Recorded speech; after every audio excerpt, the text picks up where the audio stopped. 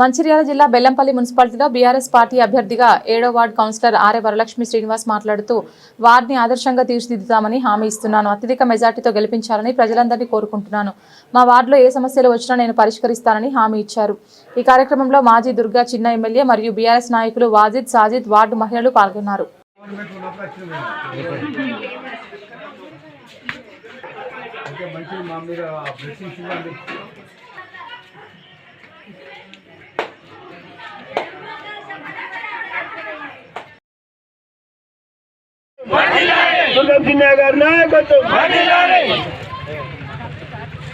BRS party MLA గారు ఈరోజు మా మాజీ ఎమ్మెల్యే గారు చాలా బిజీగా కూడా మా మండపం మందించి వచ్చారు. శ్రీనివాస్ గారి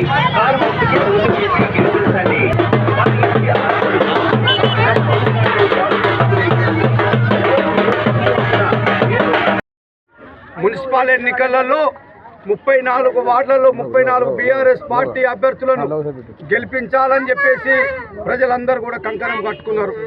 నేను ప్రజలకు చేతులు జోడించి మీకు విజ్ఞప్తి చేస్తున్నా, మరి బీఆర్ఎస్ పార్టీ గెలిస్తేనే రాబోయే కాలంలో కేసీఆర్ గారు ముఖ్యమంత్రి అయితేనే ఇవాళ పేద ప్రజలందరికీ కూడా మరి న్యాయం జరుగుతుంది. కాబట్టి దయచేసి బీఆర్ఎస్ పార్టీ అభ్యర్థులను మీరు గెలిపించండి.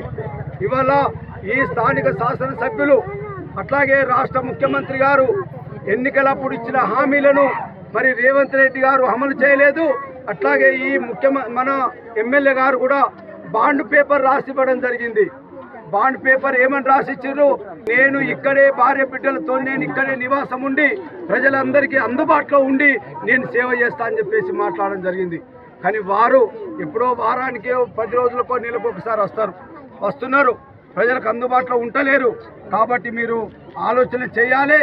చేసి ఇప్పుడు ఒకవేళ కాంగ్రెస్ అభ్యర్థులకి ఇట్లా గెలిచినట్టయితే 6 నెలలకు ఒకసారి వస్తాడు, ఇక్కడికి 6 నెలలకు ఒకసారి వస్తాడు, ప్రజలకు అందుబాటులో ఉండడు. కాబట్టి మీరు ఆలోచన చేయండి. ఇవాళ అభివృద్ధి చెందలేదని మాట్లాడింది. ఇవాళ నేను ఎమ్మెల్యే గారిని అడుగుతున్నా, ఇవాళ 100 పడకల ఆసుపత్రి కట్టింది ఎవరు? ఇవాళ బీఆర్ఎస్ పార్టీ హయాంలోనే కేసీఆర్ గారి నాయకత్వంలోనే. ఇవాళ మార్కెట్ కట్టింది మా కేసీఆర్ గారి నాయకత్వంలోనే.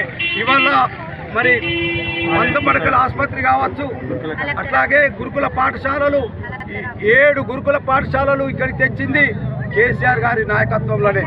ఇవాళ చాలా హాస్టల్స్ కావచ్చు, ఇవాళ చాలా కార్యక్రమాలు, ట్యాంక్ బండ్ కావచ్చు, చాలా కార్యక్రమాలు చేసినాం. ఇవాళ ఎన్నో పథకాలు వచ్చినాయి. కాబట్టి మరి అవన్నీ కూడా ఆ హయాంలోనే అయినాయి. మరి తమరు ఈ 2 సంవత్సరాలలో మీరు ఇప్పటి వరకు ఏమి చేయలే. అభివృద్ధి పేరు మీద కొన్ని ఇళ్ళు కూలగొట్టారు, రోడ్డు వెడల్పు అని చెప్పారు తప్ప ఎవ్వరికి కూడా సాయం చేయలే. కాబట్టి ప్రజలందరూ కూడా కారు గుర్తు కోటేయాలని చెప్పేసి మనం ఇస్తూ జై తెలంగాణ.